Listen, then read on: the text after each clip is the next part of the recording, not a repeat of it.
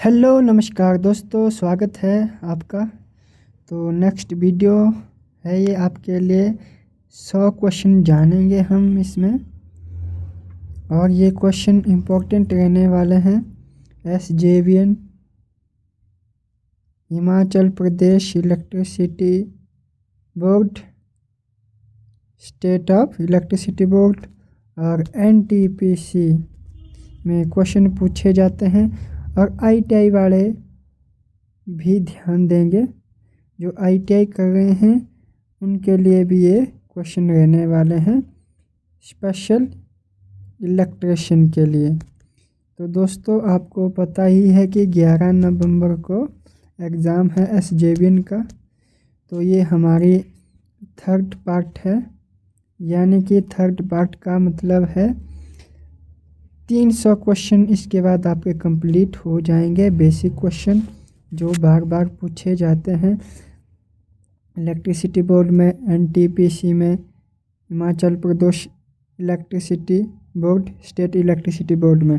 तो चलिए शुरू करते हैं वीडियो। सिलेबस के अकॉर्डिंग चलेंगे हम। सिलेबस में दिया है आपके पास अर्थिंग एंड सेमीकंडक्टर डिवाइस से क्वेश्चन है।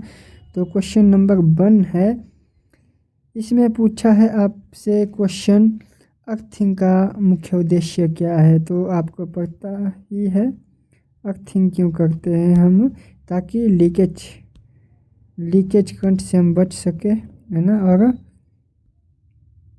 इलेक्ट्रिक शॉक से प्रोटेक्ट करें, है ना। Option number B is right answer. उसके बाद क्वेश्चन नंबर 2 है, अर्थिंग के लिए सामान्यतः कौन सी धातु प्रयोग होती है। वो करते हैं हम कॉपर। अर्थिंग के लिए हम क्या लगाते हैं, कॉपर प्लेट लगाते हैं और GI प्लेट लगाते हैं। इसका आंसर रहने वाला है ऑप्शन नंबर ए। उसके बाद तीसरा क्वेश्चन है, एक अच्छी अर्थिंग प्रणाली का प्रतिरोध कितना होना चाहिए। Resistance of good earthing system है, तो 1 ओम से, है ना, लेस देन कम होना चाहिए। जितना प्रतिरोध कम होगा तो उतना ही हमारा जो अर्थिंग है वो अच्छी कहलाई जाएगी। Option number B right answer. तो चलिए नेक्स्ट क्वेश्चन की ओर जाते हैं हम। हमारा आज का मकसद रहने वाला है कि आज की इस वीडियो में हम 100 क्वेश्चन कंप्लीट करें, है ना, 100 MCQ क्वेश्चन कंप्लीट करें। सिलेबस वाइज हम रिवीजन कर रहे हैं। तो क्वेश्चन दिया है, घरों में किस प्रकार की अर्थिंग का प्रयोग करते हैं। तो जो घर में है ना, हाउस में पूछा है, इसमें earthing is used in a house, तो प्लेट अर्थिंग करते हैं हम घरों में। तो उसके बाद क्वेश्चन दिया है, सब स्टेशन में कौन सी अर्थिंग प्रयोग की जाती है। तो अर्थिंग की जाती है वो पाइप। हाउस में हमने पढ़ा, हाउस में हम करते हैं प्लेट अर्थिंग, है ना, और पाइप अर्थिंग करते हैं हम सब स्टेशन में। उसके बाद क्वेश्चन है, पाइप अर्थिंग में पाइप किसका बना होता है। वो बना होता है GI का, गैल्वेनाइज्ड आयरन। GI की फुल फॉर्म होती है गैल्वेनाइज्ड आयरन। आपसे पूछी जा सकती है GI की फुल फॉर्म क्या होती है। तो नेक्स्ट क्वेश्चन जानेंगे हम, पाइप अर्थिंग की गहराई लगभग कितनी होती है। व्हाट इज द, है ना। तो इंग्लिश हिंदी में क्वेश्चन दिए हैं तो आपने पढ़ लेना है। तो इसमें आपकी होती है 2.5 से 3 मीटर गहराई, मतलब कि गड्ढे को हम 3 मीटर तक खोदते हैं जब तक हमारे को नमी नहीं मिलती है। तो इसमें ऑप्शन नंबर बी रहेगा, 2 से 3 मीटर नीचे, है ना। उसके बाद क्वेश्चन दिया है, अर्थिंग इलेक्ट्रोड के चारों ओर कौन सा पदार्थ डाला जाता है। अर्थिंग करते हैं, आपको पता है, पहले हम डालेंगे कॉपर प्लेट, है ना, फिर हम बाहर निकाल देंगे ऊपर के लिए। और इसमें क्या डालेंगे हम, यहाँ पर लेयर बनाते हैं, है ना, इसमें लेयर बनाएंगे हम चारकोल एंड स्लॉट। नमक डालेंगे, कोयला नमक डालेंगे, उसके बाद पानी डालेंगे। तो इसका आंसर रहने वाला है ऑप्शन नंबर बी। उसके बाद क्वेश्चन है उपकरण को अर्थिंग से जोड़ने के लिए क्या प्रयोग किया जाता है। इक्विपमेंट टू अर्थिंग कनेक्ट है ना, तो किया जाता है GI वायर का और कॉपर का use. Option number B is right answer. उसके बाद क्वेश्चन है what is the colour of the earth. Earth wire का कलर तो ये होता है ग्रीन। ये अभी थोड़े मतलब लो से हम हाई की ओर जाएंगे ना, हाई की ओर जाएंगे। उसके बाद क्वेश्चन है अर्थिंग ठीक करने से मतलब कि यदि अर्थिंग ठीक से ना की जाए तो क्या होगा। आपको पता है रिस्क आ जाएगा, इलेक्ट्रिक शॉक लगने का, पावर फैक्टर नहीं, वोल्टेज नहीं, तो option number B is right answer होगा। तो आपने चारों क्वेश्चन पढ़ने हैं है ना, फिर आपने आंसर देना है। उसके बाद क्वेश्चन दिया है लाइटनिंग अरेस्टर, यानी कि जो लाइटिंग अरेस्ट होता है उसका काम क्या होता है। आपको पता है LA का यूज करते हैं हम सब स्टेशन में। और क्यों करते हैं, इक्विपमेंट फ्रॉम लाइटिंग, जो आसमानी बिजली आकाशीय बिजली आती है उनसे उनमें करंट आता है ना, तो उसको ग्राउंड किया जाता है लाइटिंग अरेस्टर से। नहीं तो हमारे सब स्टेशन पर अगर बिजली पड़ेगी तो सब स्टेशन खराब हो जाएगा। तो और आपसे पूछा जा सकता है कि LA की फुल फॉर्म क्या होती है। वो होती है लाइटिंग अरेस्टर है ना। एक क्वेश्चन और बनता है यहाँ से। उसके बाद क्वेश्चन दिया है सेमीकंडक्टर क्या होता है। सेमीकंडक्टर डिवाइस कौन सा होता है या कौन सा मटेरियल होता है, वो पूछा है इसमें। इसका राइट गुड कंडक्टर नहीं, पुअर कंडक्टर नहीं, तो इसमें क्या होगा option number C, material whose conductivity less between conductor and insulator. Semiconductor device कहते हैं जिसके पास कंडक्टिविटी होती है कंडक्टर की भी और इंसुलेटर की भी। Option number C is right answer. उसके बाद क्वेश्चन है सेमीकंडक्टर क्या होता है। ये फिर से आ गया क्वेश्चन है ना। तो उसके बाद क्वेश्चन है निम्नलिखित में से कौन सा सेमीकंडक्टर पदार्थ है। वो होता है सिलिकॉन और दूसरा होता है जर्मेनियम। ये आपने याद रखना है। आपके पास ऑप्शन में या तो सिलिकॉन दिया होगा या तो जर्मेनियम दिया होगा। उसके बाद क्वेश्चन है डायोड का प्रतीक पूछा है कैसा होता है, तो वो होता है इस तरीके से डायोड है ना। Option number is B is right. अगर वीडियो आपको लंबी लगती है तो आप सेटिंग से कर सकते हैं, मतलब कि स्पीड बढ़ा सकते हैं। तो उसके बाद क्वेश्चन दिया है डायोड में कितने टर्मिनल होते हैं। एक डायोड इस तरीके का होता है ना, उसमें कितने टर्मिनल होते हैं, एक पॉजिटिव वाला एनोड और कैथोड होते हैं। ऑप्शन नंबर दो sorry, option number B 2 is right answer. उसके बाद क्वेश्चन पूछा है डायोड का कार्य क्या होता है। डायोड का कार्य पूछा है to allow current in one direction, मतलब कि एक दिशा में करंट को फ्लो करता है। तो उसके बाद क्वेश्चन दिया है डायोड की फॉरवर्ड वाइज स्थिति क्या होती है, तो वो होती है तब जब एनोड को connect to positive, cathode to negative. जब एनोड को कनेक्ट करेंगे पॉजिटिव साइड से और कैथोड को करेंगे नेगेटिव साइड से, तो होगा हमारे पास फॉरवर्ड वाइस। तो उसके बाद क्वेश्चन दिया है डायोड, जब डायोड रिवर्स वाइस में होता है तो क्या होता है, तो very small. Option number B is right, very small. उसके बाद क्वेश्चन दिया है कौन सा यंत्र एसी और एसी को डीसी में बदलता है, तो वो होता है rectifier. Option number B is right. AC की फुल फॉर्म पूछी जाएगी तो अल्टरनेटिंग करंट और डीसी की पूछी जाएगी तो डायरेक्ट करंट होती है। रेक्टिफायर क्या करता है, एसी को टू डीसी में कन्वर्ट करता है। क्वेश्चन दिया है रेक्टिफायर सर्किट में क्या प्रयोग होता है। डायोड होता है, कितने होते हैं, 4। रेक्टिफायर में 4 होते हैं। और उसके बाद क्वेश्चन दिया है फुल वेव में। फुल वेव में पूछा है, फुल वेव में 2 होते हैं और रेक्टिफायर में 4 डायोड होते हैं। डायोड का काम होता है एक दिशा में सप्लाई को भेजना।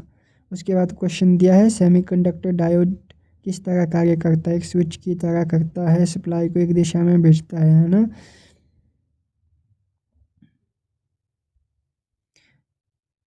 उसके बाद क्वेश्चन है सेमीकंडक्टर डिवाइस पूछा है ना। यहाँ पे सेमीकंडक्टर डिवाइस क्या होता है, वो स्विच की तरह काम करता है।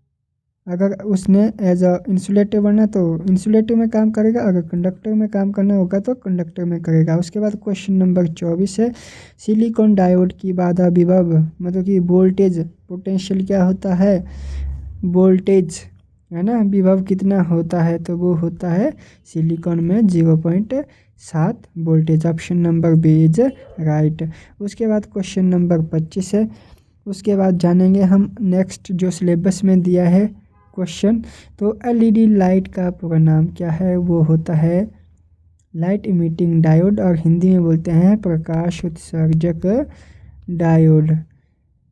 ऑप्शन नंबर हो गए हैं, ऑप्शन नंबर यानी कि आपके 25 क्वेश्चन कंप्लीट हो गए हैं। उसके बाद हम इलेक्ट्रिकल मेजरिंग इंस्ट्रूमेंट से क्वेश्चन लेकर आए हैं आपके लिए 25 इंग्लिश और हिंदी में। तो उसके बाद पहला क्वेश्चन, किस यंत्र का उपयोग करंट मापने के लिए, करंट मापने के लिए करते हैं हम एम्पियर है ना। वोल्टेज मापने के लिए करते हैं हम वोल्ट मीटर। पावर को मापने के लिए करते हैं हम वाट मीटर। ओम मीटर से हम रेजिस्टेंस मापते हैं। बाकी हम क्वेश्चन नहीं देखेंगे है ना।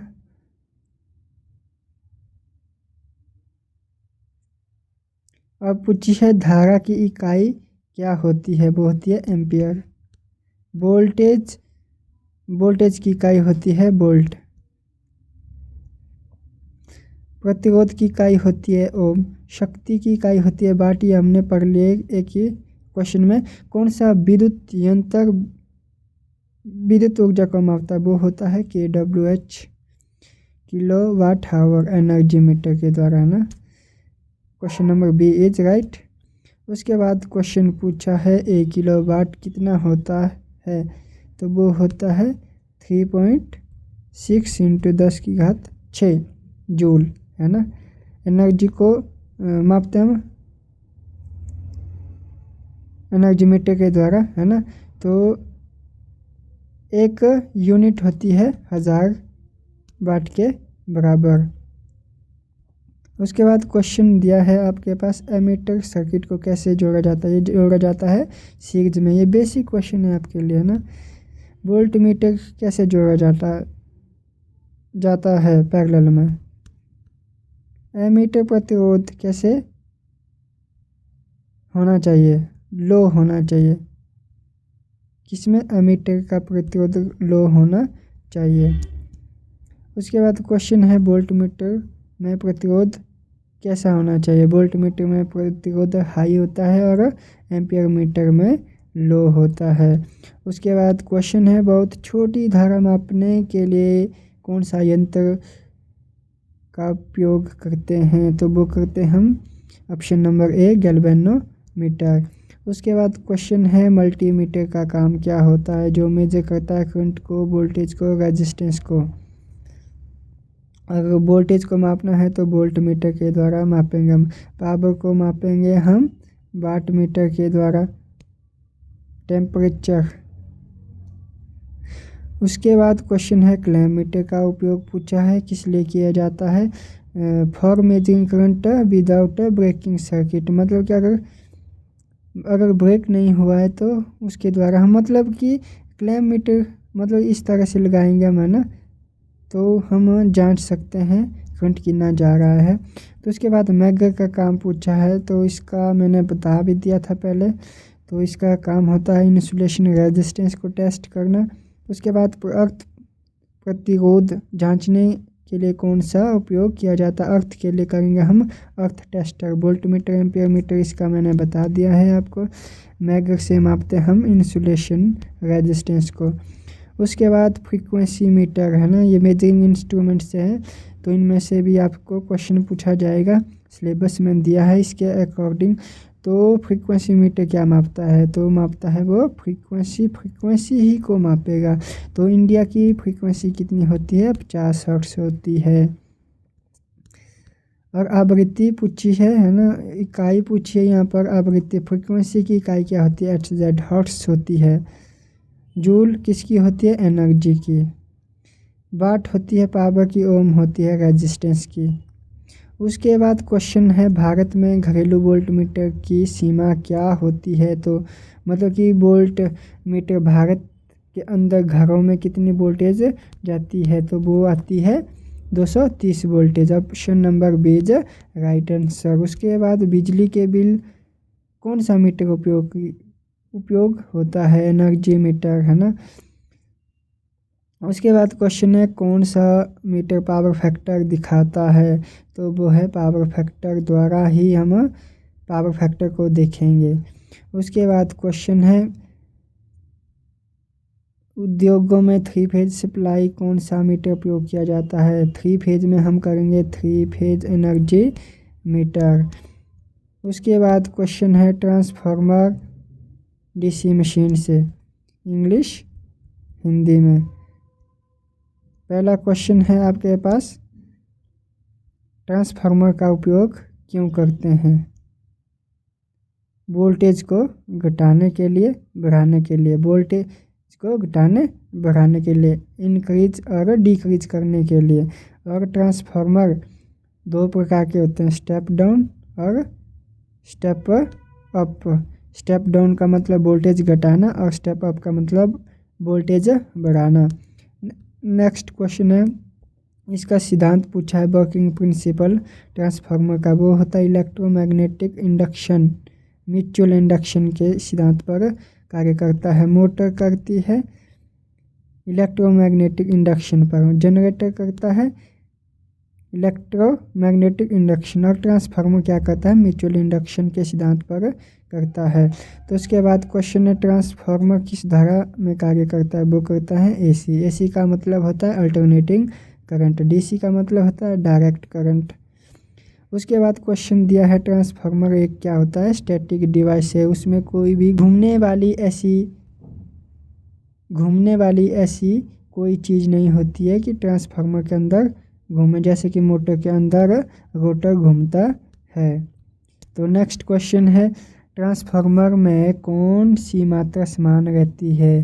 देखो ट्रांसफार्मर क्या करता है, वोल्टेज को बढ़ाता है घटाता है, किस सप्लाई को, एसी को, लेकिन वो फ्रीक्वेंसी को कभी नहीं घटाता है। तो फ्रीक्वेंसी 50 हर्ट्ज है तो 50 ही रहेगी। उसके बाद क्वेश्चन है प्राइमरी वाइंडिंग किससे जुड़ी होती है, तो वो जुड़ी होती है सप्लाई के साथ।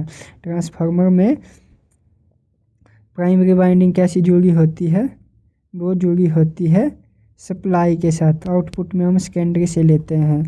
तो उसके बाद क्वेश्चन है सेकेंडरी वाइंडिंग कैसे जुड़ी होती है, वो होती है लोड के साथ जुड़ी हुई। स्टेप अप ट्रांसफार्मर का काम क्या होता है, वोल्टेज को बढ़ाना, और स्टेप डाउन का होता है वोल्टेज को घटाना। तो उसके बाद क्वेश्चन है ट्रांसफार्मर की दक्षता सबसे अधिक कब होती है, जब फुल लोड पर होता है तो उसकी एफिशिएंसी अधिक हो जाती है। उसके बाद क्वेश्चन है ट्रांसफार्मर कोर में कौन सा नुकसान होता है, एक होता है आयरन लॉस है ना, ट्रांसफार्मर में कौन सा होता है, आयरन लॉस। अगर ओपन करेंगे तो हम open short circuit open test करेंगे तो आयरन लॉस होगा, अगर कॉपर लॉस का करना है तो शॉर्ट सर्किट के द्वारा टेस्ट करेंगे हम, जब शॉर्ट सर्किट होगा। तो कॉपर लॉस का कारण क्या है, resistance of binding. Option number B is right answer. क्या होगी, कॉपर लॉस तभी होगा जब रेजिस्टेंस बाइंडिंग का होगा। ईडी करंट क्या होता है, तो दोस्तों इसके लिए हम सिलिकॉन स्टील से कोर को लैमिनेट के फॉर्म में करते हैं तैयार। और सिलिकॉन क्यों करते यूज, ताकि हिस्टैरिसीस लॉस को कम करने के लिए। लैमिनेट के फॉर्म में कोर को तैयार क्यों करते हैं, ताकि ईडी करंट को कम करने के लिए। और इसमें पूछा है कॉपर लॉस इन ट्रांसफार्मर है ना, तो इसका होगा resistance of winding. Option number B is right answer. उसके बाद ट्रांसफार्मर की दक्षता की इकाई क्या है, तो वो होती है परसेंटेज में। Ohm resistance, volt voltage, watt power. उसके बाद क्वेश्चन दिया है डीसी मशीन किस सिद्धांत पर कार्य करती है, तो वो करते हैं फैराडे लॉ, इलेक्ट्रोमैग्नेटिक इंडक्शन। उसके बाद क्वेश्चन दिया है डीसी जनरेटर में कौन सी ऊर्जा पावर मतलब कि कन्वर्ट करती है। डीसी जनरेटर करता है mechanical energy to electric energy. Motor क्या करती है, इलेक्ट्रिकल टू मैकेनिकल। उसके बाद क्वेश्चन है डीसी मशीन के मुख्य भाग क्या होते हैं। डीसी मशीन में होते हैं एक स्टेटर, एक होता है रोटर, है ना। Option number A is right answer. उसके बाद क्वेश्चन दिया है डीसी मशीन में कम्यूटेटर का काम क्या होता है। ये क्या करता है, दिशा को, है ना, सप्लाई को चेंज करता है, तो एसी सप्लाई को डीसी में कन्वर्ट करता है। Option number B is right answer. उसके बाद क्वेश्चन पूछा है आपके पास डीसी मशीन के मुख्य भाग कौन कौन से हैं, तो वो होते हैं स्टेटर और रोटर।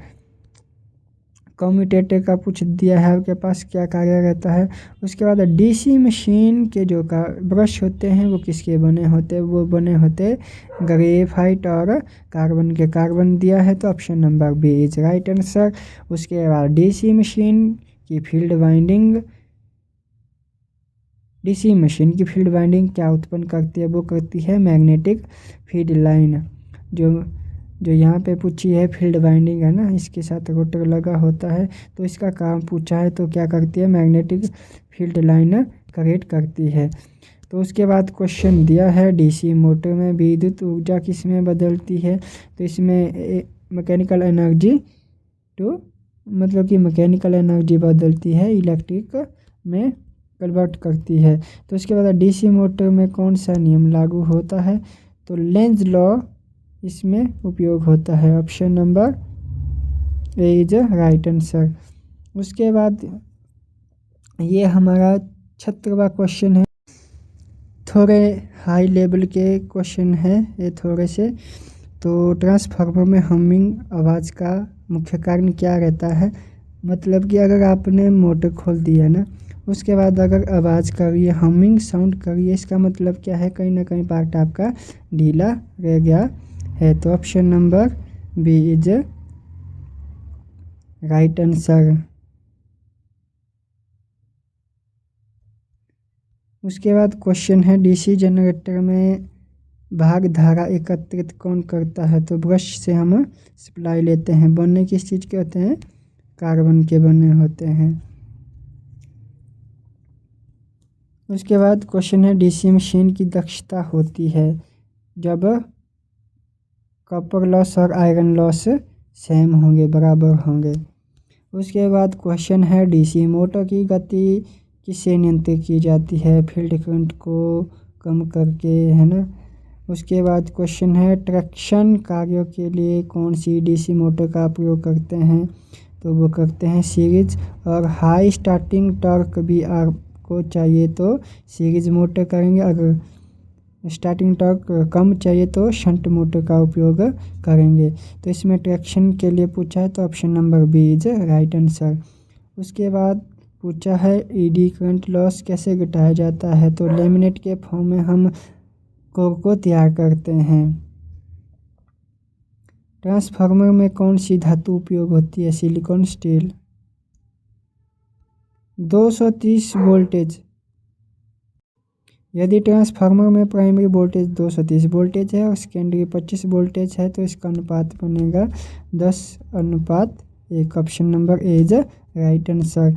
उसके बाद पूछा है डीसी मशीन में आर्मेचर रिएक्शन से क्या होता है, फ्लक्स ड्यूरेशन होता है, मतलब कि फ्लक्स बढ़ जाता है। उसके बाद क्वेश्चन पूछा है जो हमारे पास कम्यूटेटर होता है, एसी सप्लाई को डीसी में कन्वर्ट करता है, उसका जो सेगमेंट पूछा है वो किसका बना होता है, वो बना होता है कॉपर का।